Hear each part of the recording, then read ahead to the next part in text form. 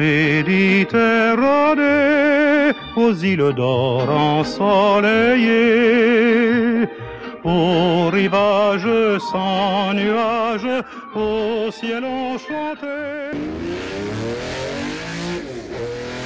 Le 4 janvier 1960, Albert Camus prit place dans la voiture conduite par son ami Michel Gallimard en direction de Paris. Sur une route de Lyon bordée de platanes, la voiture fit une embardée et Camus fut tué sur le coup. Il avait 47 ans.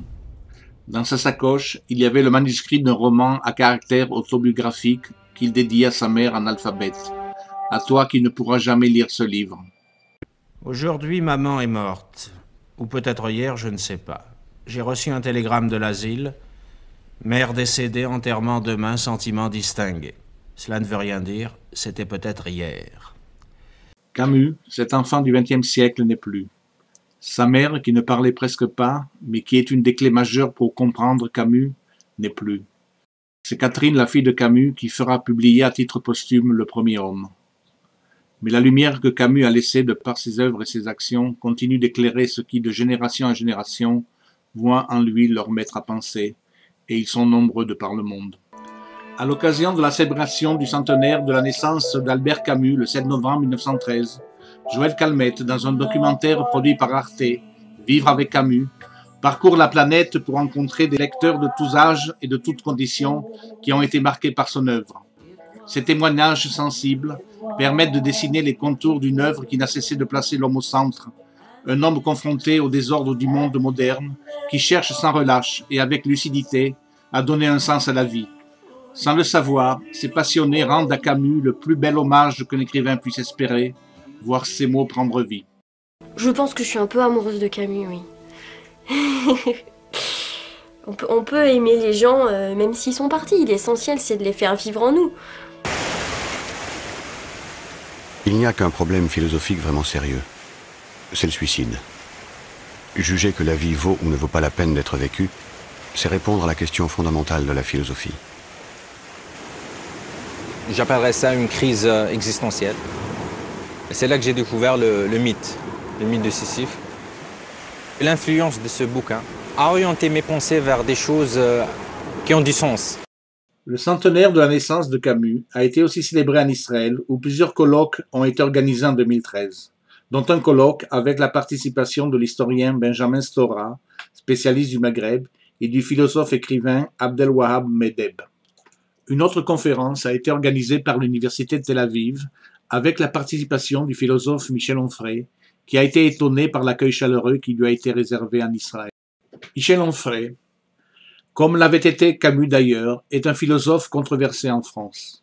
Il vient de publier un livre, L'ordre libertaire, la vie philosophique de Camus, où il réhabilite sa pensée philosophique, tellement dénigrée par Sartre et les Sartriens, qui tenaient Paris dont la France. Pour les Sartriens, les Jacobins comme Onfray les appelle, Camus était un philosophe aux classes terminales, un défenseur des colons d'Algérie, un penseur des petits blancs. Dans son livre, Onfray démontre que Camus fut avant tout un homme de gauche, un libertaire, un anticolonialiste de la première heure. Camus avait les totalitarismes en horreur, tous les totalitarismes, dont celui de l'URSS, ainsi que le terrorisme, tous les terrorismes, dont celui du FNL, dont les attentats aveugles dans les rues d'Alger mettaient en danger sa mère. Des enfants. Vous n'avez que ce mot à la bouche. Ne comprenez-vous donc rien? Parce que Yannick n'a pas tué ces deux-là, des milliers d'enfants russes mourront de faim. Vivez-vous dans le seul instant? Alors choisissez la charité et guérissez seulement le mal de chaque jour. Non la révolution, qui veut guérir tous les maux, présents et à venir. Yannick accepte de tuer le grand-duc puisque sa mort peut avancer le temps où les enfants russes ne mourront plus de faim. Cela déjà n'est pas facile. Mais la mort des neveux du grand-duc n'empêchera aucun enfant de mourir de faim.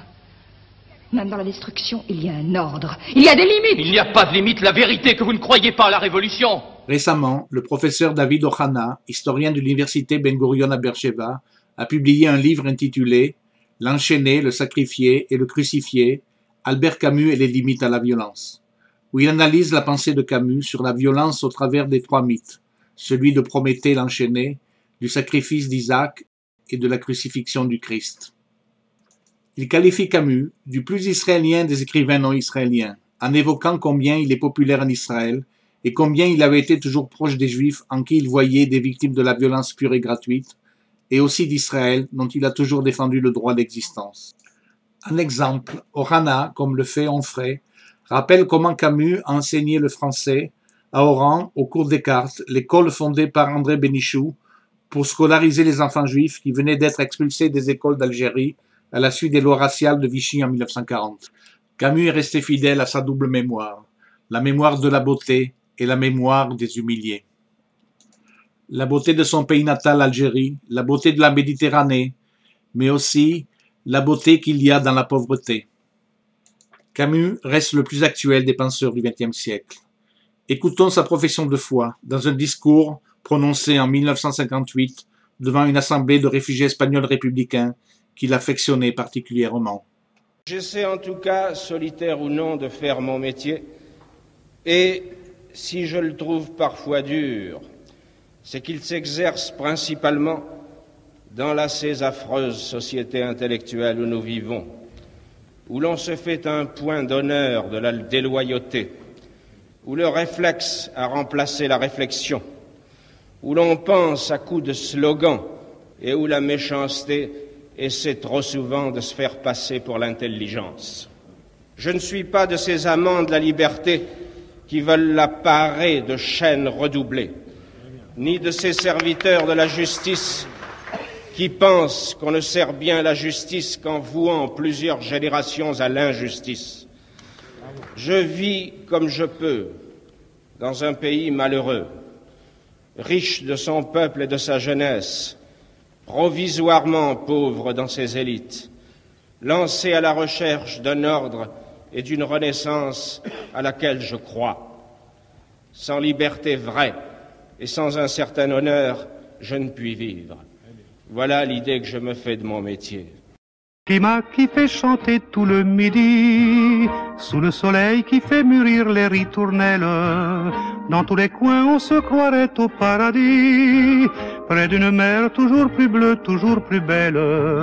Et pour qu'elle ait dans sa beauté plus de douceur, mille jardins lui font comme un collier de fleurs. Méditerranée.